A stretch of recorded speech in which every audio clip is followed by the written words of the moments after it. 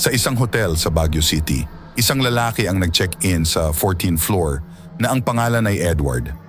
Pagdating sa kanyang kwarto, napansin niya ang isang maliit na butas sa dingding. Hindi siya makatiis kaya sinilip niya ito. Doon, napansin niya ang isang nakakapagtakang kulay pulang ilaw na nakikita niya sa butas. Kinabukasan, agad siyang nagtanong sa counter tungkol sa katabing pulang ilaw na nakikita niya sa butas. Tinanong niya kung may katabing gusaling pula na may ilaw. Ngunit ang nakuha niyang sagot ay nakakagulat. Walang anumang gusaling pula sa paligid dahil sila lang ang may mataas na gusali doon. Dahil sa kanyang kuryosidad, pagsapit ng 12:00 ay hindi niya mapigilan ang sarili na sumilip sa butas at tanging pulang ilaw lang ang nakikita niya. Isang araw, may nakita siyang matanda na naglilinis sa hotel. Sinubukan niyang tanungin ito at nakakapanindig balahibo ang kanyang nalaman.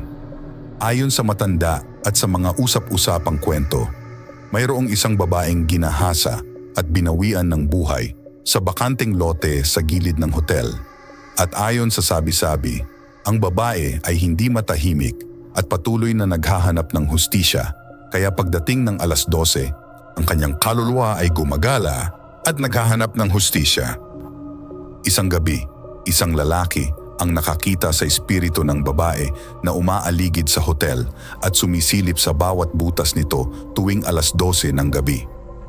Ang buong katawan niya ay nanginginig sa takot nang narinig niya ang kwento na iyon. Doon niya nalaman na ang nakikita niyang pulang ilaw ay hindi pala ilaw kundi pulang mata ng babaeng multo. Bago tayo magpatuloy, kung bago ka pa lang sa MKK, mga kwento ng kababalaghan, huwag kakalimutang mag-subscribe at i-click ang notification bell para laging updated sa mga bagong videos. Kung nagustuhan mo ang ganitong mga video, paki-like at i-share sa iyong mga kaibigan. Dahil sa kanyang nalaman, si Edward ay dali-daling nag-impake ng kanyang mga gamit at nag-check out sa hotel. Pagdating niya sa counter, tinanong siya ng babae kung anong kwarto niya.